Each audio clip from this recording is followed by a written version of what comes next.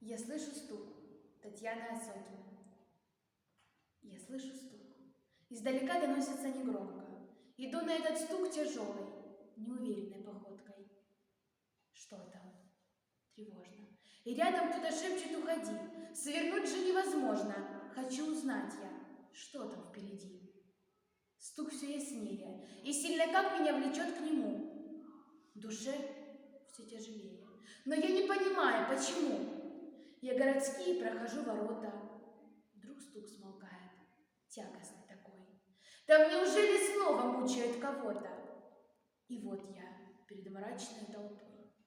Тяжелые кресты взмывают в вышину. За преступление смертная расплата. Их трое. Двое вопли издают, а третий тихо кроток, как ягнята. И лик его в страдании прекрасный.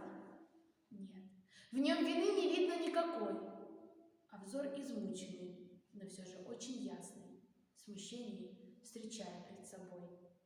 Те два других забыты уж толпою, и только он, проклятие, мишень. А люди впереди меня, за мною, за что злословят смертника теперь?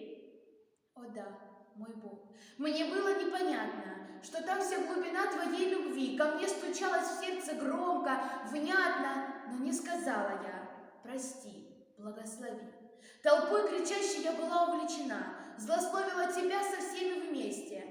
И, обезумев, я была подчинена порыву низкому, чтобы тебя бесчестить.